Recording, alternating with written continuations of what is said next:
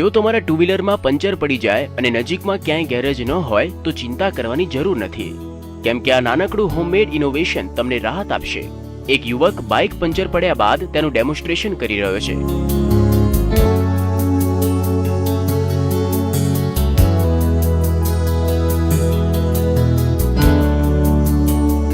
નાનકડા 4 folding tyre ધરાવતું સાધન લોખંડની પાઇપથી તૈયાર થયું છે.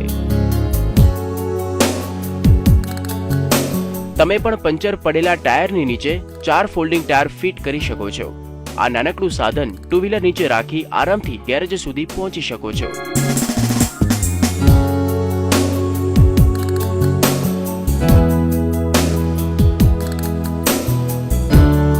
એવી જ રીતે પાછળના ટાયરમાં પણ તેનો ઉપયોગ કરી શકો છો.